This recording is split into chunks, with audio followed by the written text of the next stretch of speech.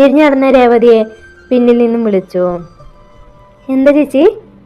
ചേച്ചി ഒരു കാര്യം പറഞ്ഞ മോളൊന്നും വിചാരിക്കരുത്. ഇവിടെ വീടിന് ചുറ്റും കുറെ ആൺപിള്ളേരുള്ളതാ. അതുകൊണ്ട് ഇതുപോലെയുള്ള ഡ്രസ്സ്.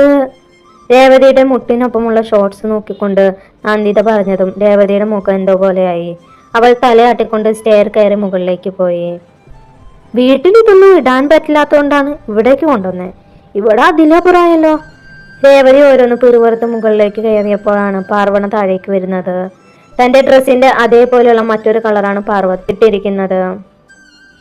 ഇവളോട് പറയണ?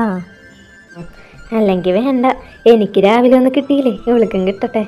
അത് മനസ്സിൽ കരുതി രേവതി നേരെ റൂമിലേക്ക് പോയി. ഇവിടുമാർക്കും വീട്ടിൽ ചോദിക്കാനും പറയാൻ ആരുമില്ലേ? ശിവ അകലേക്ക് നോക്കി പറഞ്ഞു. ദേവയും അകലേക്ക് നോക്കി.